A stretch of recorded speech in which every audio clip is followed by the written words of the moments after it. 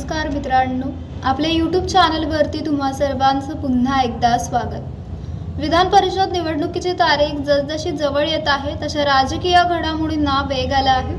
त्यातच उद्धव ठाकरे हे मध्यरात्री मुख्यमंत्री देवेंद्र फडणवीस यांना वर्षा बंगल्यावर भेटल्याचा दावा करण्यात येत आहे।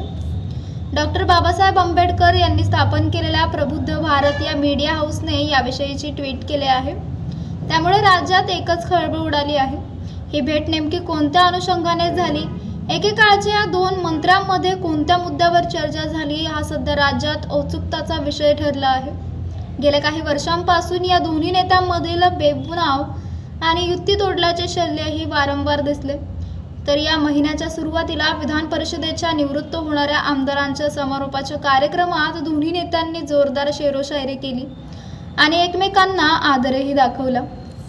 या दोघांमधील जुगलबंदी ही चर्चेचा विषय ठरली आहे। डॉक्टर बाबासाहेब आंबेडकर यांनी स्थापन केलेल्या प्रबुद्ध भारत या मीडिया हाऊसने एक ट्विट केले आहे।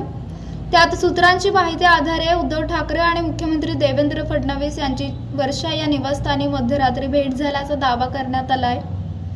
पण या भेटीचा तपशील मात्र समोर आलेला नाहीये।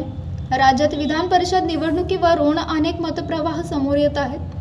उद्धव ठाकरे हे वरिष्ठ सभागृहाचे सदस्य होऊ इच्छित नसल्याचे म्हटले जात असतानाच आता या भेटीने मोठा ट्विस्ट आणला आहे। 2019 मध्ये मुख्यमंत्री पदावरून महायुतीमध्ये तत्कालीन संपूर्ण शिवसेना आणि भाजप यांच्यात खंडाजंगी झाली।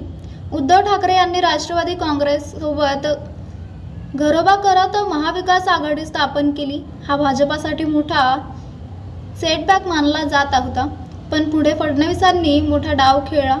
अगोदर शिवसेना आणि नंतर राष्ट्रवादी काँग्रेस फोडत महायुती सत्तेत आणली।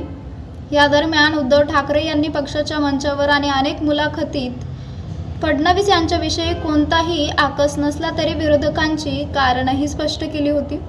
तर देवेंद्र फडणवीस यांनी ठाकरेंसोबत चहा घ्यायला हरकत नसल्याचे वक्तव्य करून सर्वांनाच धक्का दिला। या दोघांमध्ये आबोला असला तरी संवादाला जागा नसल्याचे दिसून आले होते।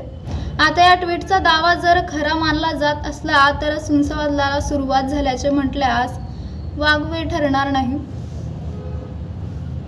तर मित्रांनो, आपल्याला काय वाटतंय? आपली प्रतिक्रिया आम्हाला कमेंट बॉक्सच्या माध्यमातून नक्कीच कळवा।